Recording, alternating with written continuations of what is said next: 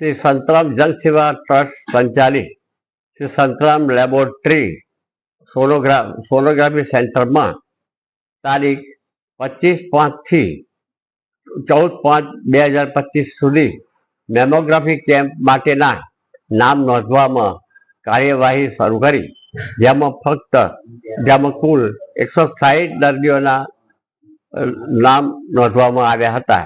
દરરોજ 10 દર્દીઓને નિદાન માટે એપોઇન્ટમેન્ટ આપવામાં આવી હતી.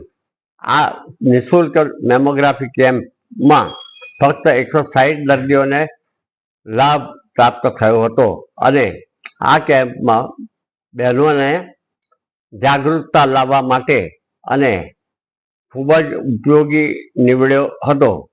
આ કેમ્પમાં કુલ 160 દર્દીઓની તપાસ તેમજ રિપોર્ટ તારીખ 12/6/25 રોજ પૂર્ણ થશે. 2/6/2025 રોજ પૂરો થશે.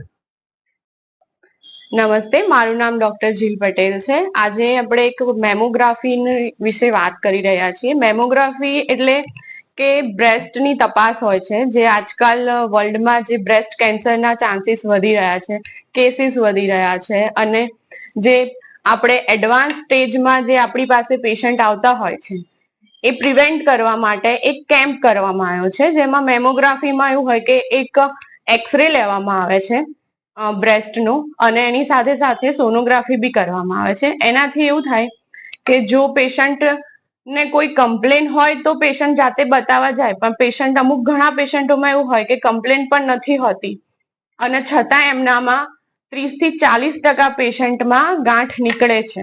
ભલે એ સાદી હોય કે કેન્સરની હોય, પણ એની તપાસ કરાવવી જરૂરી છે. એના માટે આ કેમ્પ રાખવામાં આવ્યો છે. જે ગામડાના લોકો છે કે જેમનામાં સોશિયલ સ્ટિગ્મા છે, જેના લીધે એ લોકો બતાવવા નથી આવતા, કે ફાઇનાન્શિયલ પ્રોબ્લેમના લીધે બતાવવા નથી આવતા, એના માટે આપણે આ ફ્રી કેમ્પ રાખેલો છે. તો મેમોગ્રાફીથી એવું થાય કે જે કેન્સરની બનવાની જે પ્રક્રિયા હોય, જે અર્લી સ્ટેજ કેન્સર કહીએ આપણે, એ ડિટેક્ટ કરી શકાય છે. તો અર્લી સ્ટેજ હોય તો એનું પ્રોગ્નોસિસ બી સારું છે અને એની લાઈફની એક્સપેક્ટન્સી બી વધી જાય છે, એઝ કમ્પેર કે સિવિયર સ્ટેજમાં આવે આપણી પાસે અને પછી એ બધું સ્પ્રેડ થઈ ગયું હોય. Thank you.